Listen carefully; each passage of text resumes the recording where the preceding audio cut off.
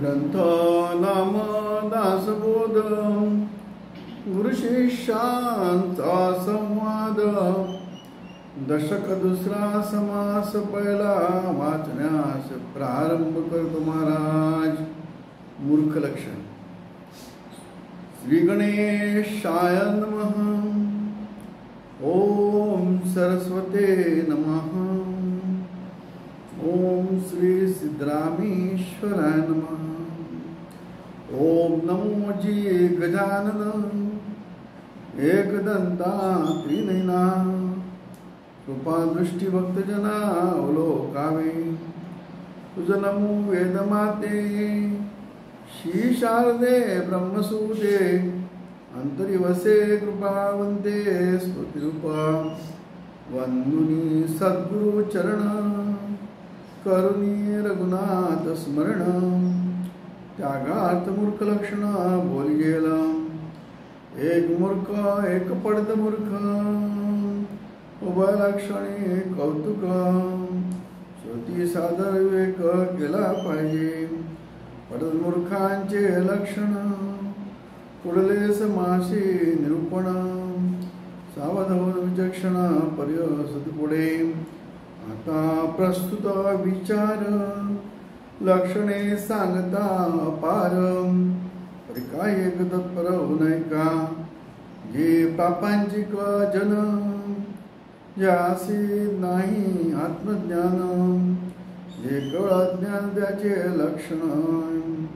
जन्मला ज्याच्या उदरी त्यासी जो विरोध करी सखई मानली अंतरी तो एक मूर्ख. सोडून सर्वही गोत श्री आदिन जीवित सांगे अंतरीची मात तो एक मूर्ख. परस्त्रीसी प्रेमाधरी शिस्वर्गी वास करी पळे विळ कन्यावरी तो एक मूर्ख. समर्थावरी अहंता अंतरी मानी समता सामर्थ्य वेळे करी सत्ता तो एक मूर्ख. आपली आपण करी स्तुती स्वदेशी भोगी विपत्ती सांगे वर्णांची कीर्ती तो एक मूर्ख.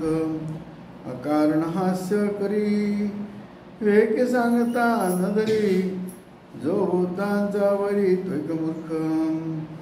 आपली धरून या दुरी परव्यासी पुरा पराव्यासी मैत्री करी परदुन्य बोले रात्री तो एक मूर्ख. बौद्ध जागते जन त्यामध्ये करिशन परस्थळी बहुभोजन करीतो एक मूर्ख. मान अथवा अपमान स्वयं करी परिचिन्न सप्तव्यसनी ज्याचे मन तो एक मूर्ख. धरोनी परावी आस प्रत्न सांडी सावकाश सुंगाईचा संतोष म्हणतो एक मूर्ख. घरी विवेक उमजे आणि सभेमध्ये लाजे शब्दे बोलता निर्बुजे तो एक मूर्ख. आपणाहून जो श्रेष्ठ त्यासी अत्यंत निकट शिकवणेचा मानी विट तो एक मूर्ख. नायके त्यासी शिकवी वडिलांसी जाणीव दावी जो आरजासा गोवी तो एक मूर्ख. एका एकी एकसरा झाला विषय निलाजरा मर्यादा साणू निसरा वर्ते तो एक मूर्ख. औषध अनेके असो निवेता पथ्य करी न करी सर्वता न मिळे आलिया पदार्था तो एक मूर्ख. संगे विणा विशेष करी ओळखी विणा संग धरी उडी घाली महापुरी तो एक मूर्ख. आपणास जेते मान येथे अखंड करी गमन रक्षून येणे मानाभिमान तो एक मूर्ख. सेवक झाला लक्ष्मीमंत अशी होई अंकत सर्व काळ जो दूषित तो एक मूर्ख. विचार न करता कारण दंड करी अपराधी विणा स्वल्पासाठी जो कृपणा तो एक मूर्ख. देवलंडा पितृलंडा षटविण करा तोंड ज्याचे मुखी बंड बंड तो एक मूर्ख घरच्यावरी खायदाणा माहेरी दिन बापणा ऐसा जो का मोडा बडा तो एक मूर्ख नीचे आतीस सांगत परांगण ते परांग नेसी एकांत मार्गी जाय खात खात तो एक मूर्ख श्रमणे परोपकार उपकारांचा अनोपकार तरी थोडे बोले फार तो एक मूर्ख तापेळ खादाड आळशी कुशळा कुटिळ मानसी दारिष्ट नाही ज्यापाशी तो एक मूर्ख विद्या वैभव नाधन पुरुषार्थ सामर्थ नामान ओढाच वाहे विमान तो एक मूर्ख लंडी लटिका लबाड कुकर्मी कुटिळ निचाड निद्राजाचे वाड तो एक मूर्ख उंची जाऊन वस्त्रे नेसे चौबारा बाहेरी वैसे सर्व काळ नग्न दिसे तो एक मूर्ख दंत चक्षु आणि घ्राण पाणी वसन आणि चरण सर्व काळजाचे मळण तो एक मूर्ख वैदुती आणि वत्पात नाना कर्म मुहूर्त जात अपक्षुकन करी घात तो एक मूर्ख क्रोधे अपमाने कुबुद्धी आपणास आपण वदी नाही दृढ बुद्धी तो एक मूर्ख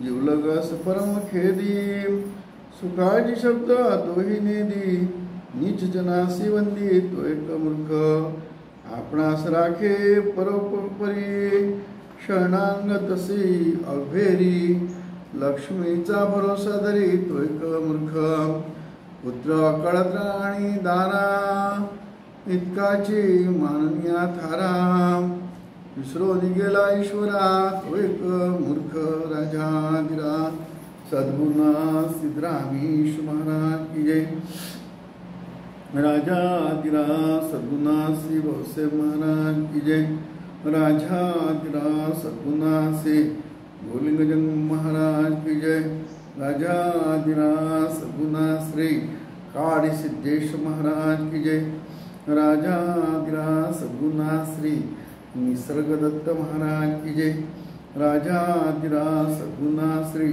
अणजीत महाराज की जय राजाधिराज सद्गुणा श्री हरिश्चंद्र महाराज की जय राजाधिराज सद्गुणा श्री तारकर महाराज की जय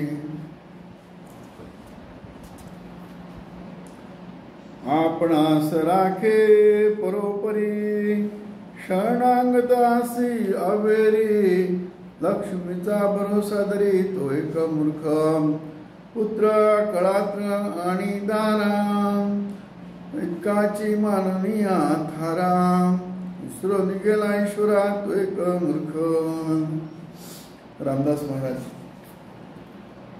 यांना दासबोध दशक पहिला दशक दुसरा समास पहिला काय सांगायचं आहे आपणास राखे परोपकारी शरणांगतासी अवेरी लक्ष्मीचा भरोसा धरी तो एक मूर्ख पुत्र कळात्र आणि दारा इतकेची माननीया थारा विसरून गेला ईश्वरा तो एक मूर्ख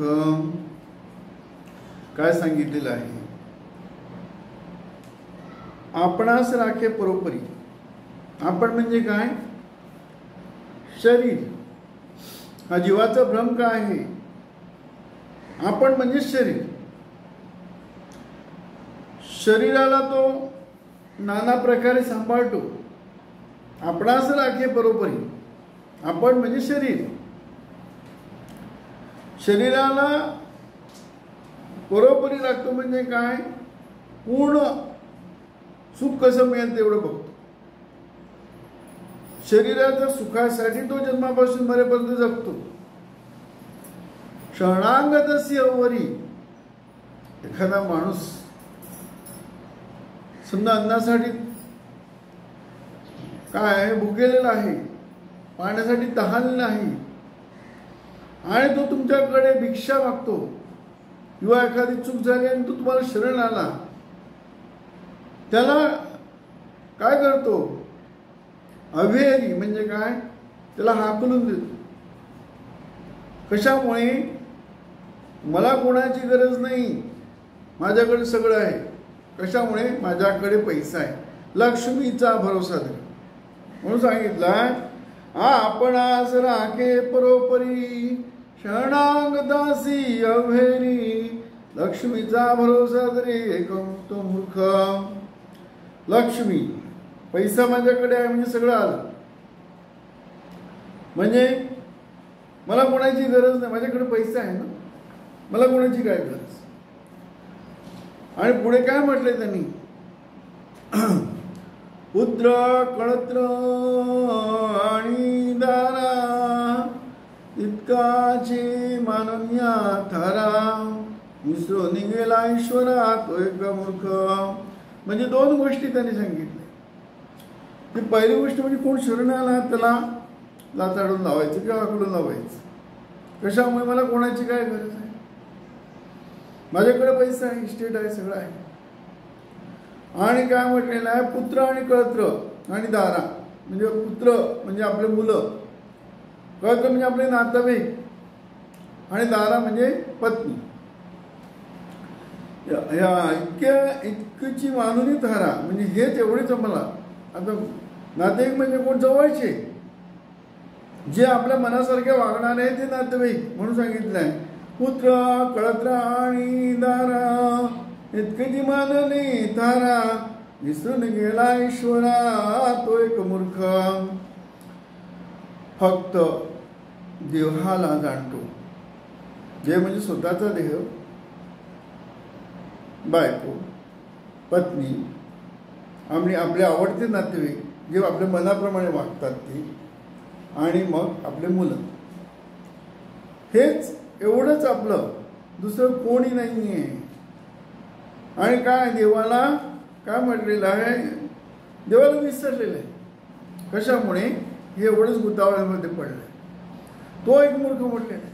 देवाला विसरणं, तो एक मूर्ख म्हटलेला आहे. आता देवाला सगळंच विसरलेलं आहे. कोण देवाला कोण देवाला आठवण करतो? कोणीच नाही. फक्त जन्मापासून मरेपर्यंत देह आणि आपले नातेवाईक आणि आपण आणि आपला परिवार किंवा आपले आपले आवडते नातेवाईक तेवढेच. त्याच्या पलीकडे कोणाला काय माहिती? देवाची आठवण येते कधी? काय प्रसंग आला तर. आणि तो प्रसंग कसं? मॅन पॉवर, मसल पॉवर, मनी पॉवर ह्याने काय आटोक्यात येत नाही किंवा त्याला कंट्रोल करता येत नाही शक्ती पलीकडे. तेव्हा देवाची आठवण येते, तेवढ्या पुरतीच. तेव्हा देव कळतं. देव तर समजा एखादा माणूस आजारी पडला, त्याला काय ना आपण डॉक्टरकडे नेणार. हा तर खूप पैसे असेल तर एकदा मोठ्या हॉस्पिटलमध्ये, लीलावती आणि हे ते काय मोठे मोठे आहे हॉस्पिटल, तिकडे नेणार.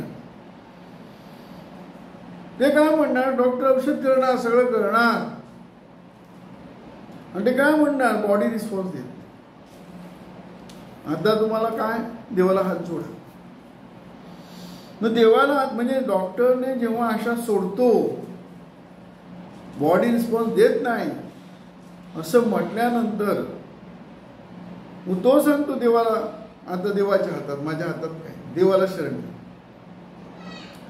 तेव्हा देवाला आठवण करावी लागते, इलाजाने किंवा नाईलाजाने. पण नाईलाजानेच बहुतेक, इलाजाने संबंधच येत नाही. तेव्हा देवाची आठवण होते. तोपर्यंत तो देवाला विसरलेलाच असतो ना. काय गरज आहे देवाची? मी मेहनत करतो, मी पैसे कमवतो, बुद्धी माझी, मन माझा, शरीर माझा, सगळं माझं आहे. मग देव कुठे आहे? मी झोपून राहिलो तर देव आणून देणार आहे का? मी आळस केलं तर देव आणून देणार आहे का? मग कोण आहे? मीच करतो ना. मग देव काय करतो? देवाला शरीर का द्यायचं आपण, देवाला का मानायचं आपण, या भ्रमात असतो तो जन्मापासून मरेपर्यंत. मग तो माणूस मूर्ख नाही का? तो मूर्ख आहे हे कधी कळतं त्याला? परमेश्वराने अशी एक अरेंजमेंट केलेली असते, वेळोवेळी गंडांतर ठेवलेला आहे जन्मापासून मरेपर्यंत देवाची आठवण यायला. हा सगळा प्रसंग आणतो तो. कोट्यवधी पैसा आहे, भरपूर काय आहे, आणि असा प्रसंग आणतो तेव्हा त्याला देव वाटत. त्याच्या बायकोला, मुलांना, सगळ्यांना देव वाटत, नातेवाईकांना पण देव वाटत. हा पैसा काम करत नाही ना तिकडे, तुमचे औषध काम करत नाही, डॉक्टर काम करत नाही. मग अशा वेळेला काय, जगी ज्यास कोणी नाही त्यास देव आहे. तेव्हा आठवतं त्याला देव आहे. ते पण शहाणपणा आलं तर, नाही तर मग या हॉस्पिटलमधून करून दुसऱ्या हॉस्पिटलला जातं, तिसऱ्या हॉस्पिटलला जातं. काही तर लोक फॉरेनला घेऊन जातात सर्जरी करायला, भरपूर पैसा टाकतात, वाचतच नाही. कारण तो देवाला शरणच जात नाही ना, त्याला देवाविषयीच माहिती नाही. तर त्याला फक्त एकच भरोसा असतो, पैसा आहे आणि शरीर आहे. पण हा शरीर कोणाचा आहे, हा शरीर कोणामुळे चालतो, कोणामुळे बोलतो, कोणामुळे खातो, कोणामुळे पितो, कोणामुळे बघतो, कोणामुळे ऐकतोय. 10 इंद्रिय कशा प्रकारे चालवले जातात, कोण चालवतो, ह्याचा करता धरता सवरता कोण आहे, काहीच माहित नाही. कारण तो मूर्ख आहे. मूर्ख म्हणजे 3 गुणात आहे. तो 3 गुणात आहे तो मूर्ख. रज तम सत्व हे 3 गुणात आहे तो मूर्ख. मग तो देवाचा भक्त जरी असला तर तो देवाची भक्ती कोणासाठी करतो? देहासाठी, शरीरासाठी. स्वतःसाठी भक्तीच करत नाही ना तो. कारण स्वतःला तो ओळखतच नाही, स्वतः हा विषयच नाही आहे त्याचा. शरीर हा त्याचा विषय. हा भुललास ये वरल्या रंगा, सगळे वरलिया रंगाला भुललेला आहे. विषय कुठला? वरलिया रंग. हा वरलिया रंग तू कसा नाही हे सद्गुरू भेटल्यावर लक्षात येतं. तोपर्यंत आपला विषय नाही. भक्ती जरी असतो तर भक्ती कोणासाठी करतो आपण? स्थूल देहासाठी पहिली भक्ती करतो आपण, नंतर मग सूक्ष्म देहासाठी भक्ती करतो. कारण महाकारण देह नाहीच तिकडे. काय विषय असतो? जिवंत असताना मला सुख मिळायला पाहिजे, शांती मिळायला पाहिजे, मनाप्रमाणे व्हायला पाहिजे. मरण निश्चित आहे, सगळ्यांना माहिती आहे. मेल्यानंतर गती मिळायला पाहिजे, पुढचा जन्म चांगला मिळाला पाहिजे. म्हणून या जन्मात चांगले कर्म करायचे. 4 धाम, तीर्थाटन, वेदशास्त्र पुराणाने सांगितलं आहे ना तसं. 4 धाम, तीर्थाटन, दान, धर्म, कशासाठी? पुण्यकर्मासाठी. त्या पुण्यकर्माचा उपयोग काय? पुढचा जन्म मनुष्याचा आणि सुख, शांती, आनंद. त्याच्या पलीकडे समजा भक्ती वाढली, मुक्ती, सलोकता, समिक्त स्वरूप. ते पण तेवढं सोपं नाही. म्हणजे सूक्ष्म देहासाठीच आहे ना ते, आपल्यासाठी कुठे आहे? सगळं आपण कोण, मी कोण हे विसरलेलं आहे. आपण विषयच नाही आहे इकडे. फक्त स्थूल आणि सूक्ष्म. सूक्ष्म पण ते कळत नाही. ते त्याला काय म्हणतात? जीव, जीवात्मा. जीवाला गती मिळाली पाहिजे म्हणून सगळं चाललेलं आहे. खरा देव कोण त्याला ओळखतच नाही ना. त्याला ओळखायला सद्गुरू लागतो. सद्गुरू काय करतो? आपल्याला बीज मंत्र देतो. त्या बीज मंत्राने आपण अंतर्मुख होतो. अंतर्मुख झाल्यावर कळतं विषय सुख काय आणि आत्मसुख काय. तोपर्यंत विषय सुख आणि आत्मसुख याचा फरक कळत नाही. फक्त विषय सुखच, आत्मसुख विषयच नाही. तिकडे भक्तीने आनंद मिळतो पण तो पण विषय सुखच आहे, आत्मसुख नाही. सद्गुरू भेटल्यावर आत्मसुख म्हणजे कळतं. म्हणून काय सांगितलेलं आहे? पुत्र कळत राणी दारा इतकेची मारणी तारा विसरून गेला ईश्वरा तो एक मूर्ख. जो देवाला विसरतो तो मूर्ख म्हणजे नाही. पण देव आहे, जे सुख आहे, विषय सुख आहे, तो देह असेपर्यंत. मेल्यानंतर पुढे काय? मेल्यानंतर गती लागते ना. गती ती कशाने मिळेल? उध्वगती, अधोगती, मध्यम गती. दासबोधमध्ये सांगितलेलं आहे पाप पुढे समता, पाप पुण्य समता घडे तरी नरदेह जोडाय. आणि पुण्य कमी पडला आणि पाप वाढलं तर अधोगती म्हणजे 84 लक्ष होणी आहेत. पुण्य वाढला तर मनुष्य जन्म निश्चित आणि काय होतं? उध्वगती प्राप्त. ते उध्वगती प्राप्त करता करता सगळं होऊन जातं. काय म्हणतात? सगळं झालं म्हणजे काय? सर्वकर्ता समीप्त स्वरूप आहेत. तिन्ही मुक्ती भोगून झाल्या. त्याला कळतं हे नाशिवंत आहे. तेव्हा तो सायुज्य मुक्तीच्या वासनेने किंवा आशेने मरतो. न सद्गुरू भेटला पाहिजे तेव्हा त्याच्याशिवाय मला मुक्ती मिळणार नाही. सायुज्य मुक्ती कारण काय सांगितलं आहे? सलोकता समीपता मुक्ती नाशिवंत जाणं. रामदास महाराजांनी सांगितलं. हे गुरु भेटल्याशिवाय काय कळत नाही आपल्याला. नाशिवंत आहे, सत्य नाही. सत्य काय? सायुज्य मुक्ती. ती सायुज्य मुक्तीची वासनेने जो माणूस मरतो तो सद्गुरू म्हणाला. सद्गुरू भेटायला पाहिजे ना, मला सायुज्य मुक्ती मिळायला पाहिजे. ती सायुज्य मुक्तीच्या आशेने किंवा वासनेने माणूस मरतो. तेव्हा काय कळतं? ईश्वर कोण आहे? ज्याला आपण ईश्वर म्हणतो नश्वर आहे. ज्याला आपण देव म्हणतो ना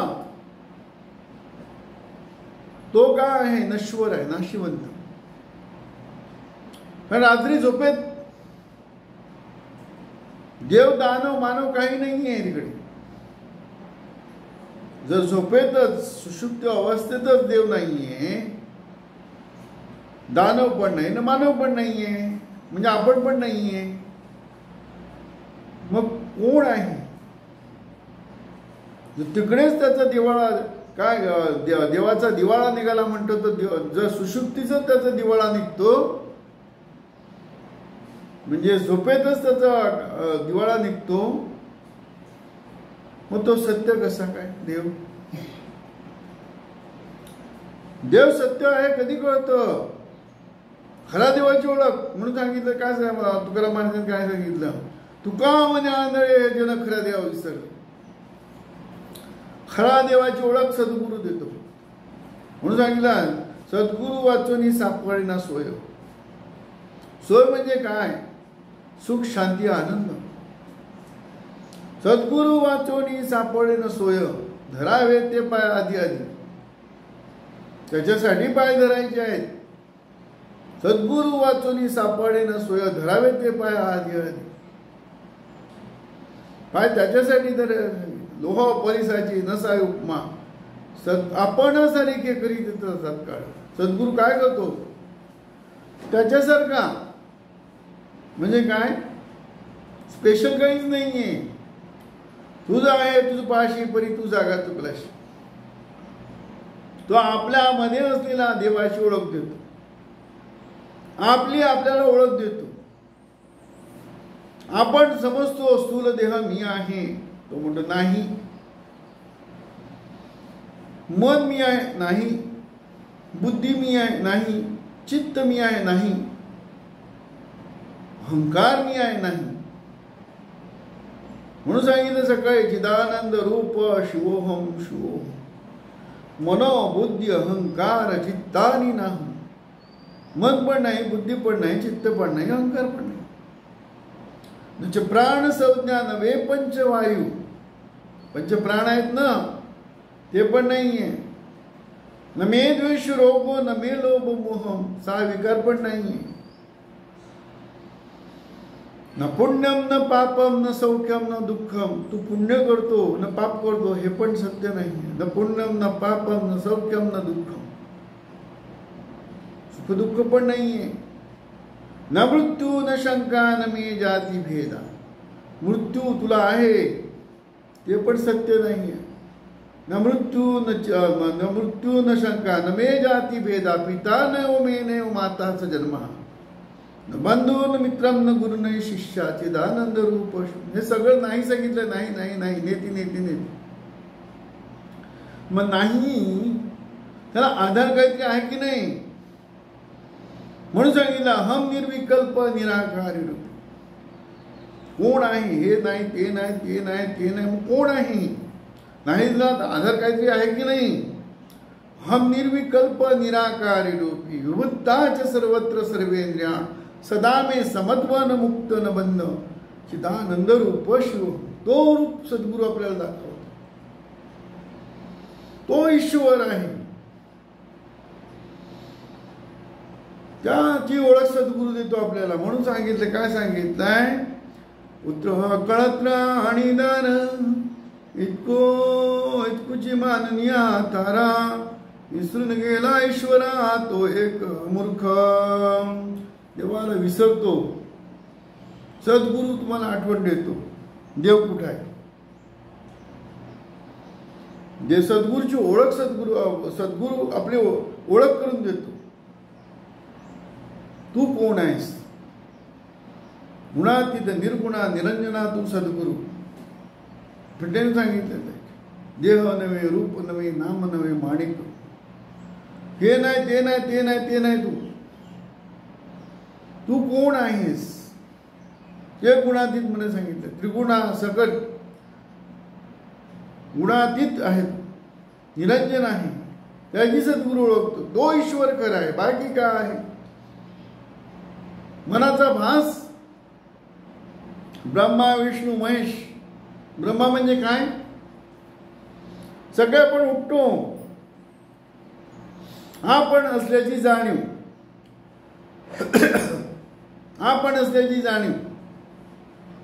अंतःकरण, मन येतो, बुद्धी येते, चित्त येते, अहंकार येते. झाला जीव. निर्मिती कोणी केली. आपण असल्याची जाणीव, तो ब्रह्म. त्याने जगात निर्मिती केली. विष्णू म्हणजे काय, कळलं मी जीव आहे. मग देहाचं संरक्षण. सकाळी उठल्यापासून रात्री झोपेपर्यंत तोच विष्णू. झोपेत कोणी येऊन तुम्हाला मारून टाकलं तरी कळणार नाही. तर तुम्ही झोपले, तुम्ही नाही. विष्णू नाही तिकडे. विष्णू काय, विष्णू नाहीये. मग कोण आहे, महेश. नाश. त्याला सुषुप्ती अवस्था म्हणतात. अज्ञान. अज्ञानातून येतो तो ब्रह्मा. अज्ञानात या देहाचं पालन करतो तो विष्णू. आणि आपण जे बदलय ते नाहीसा करतो तो महेश. हे सद्गुरू भेटल्यावर आपल्याला सांगतो. ब्रह्मा विष्णू महेश तुझ्या पोटीचे बाळ. ते पोटीचे बाळ का म्हटलंय? पण ह्या तिघां व्यतिरिक्त तू आहेस.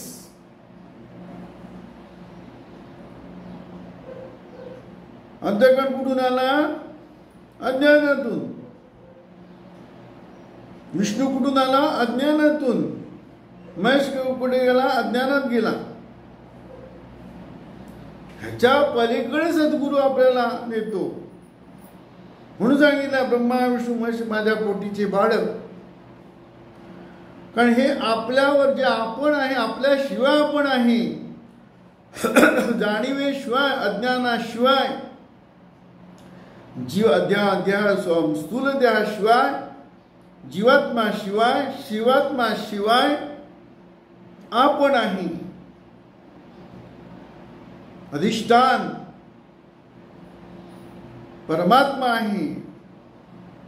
आणि परमात्मा पण शेवटी काय आहे? तो पण नाही. परमात्म्याचं काम काय आहे? आपण स्वतः स्वयंभू देव किंवा ईश्वर असून जीव झालोय. तो आरोप आहे, मी देव आहे, हा आरोप आहे. कर्तेपण आहे, मी आहे तिकडे. म्हणून साक्षीभाव आहे. म्हणून तो परमात्मा आहे. परमात्मा त्याचं काम काय? फक्त साक्षीत्व. जे आपण समजून मीपणा घेऊन जे कर्म करतो,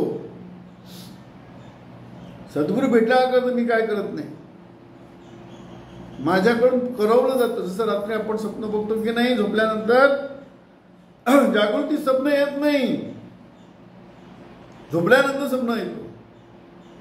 म्हणजे आपण जे काय बनलोय सकाळी उठल्यापासून रात्री झोपेपर्यंत,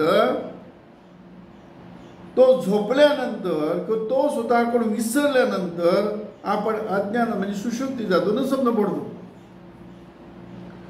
स्वप्नात असताना आपलं सगळं खरं वाटतं की नाही? जाग आल्यावर कुठे वाटतं सगळं? हे स्वप्न आहे. तसं सद्गुरू आपल्याला जाग आणतो इकडे.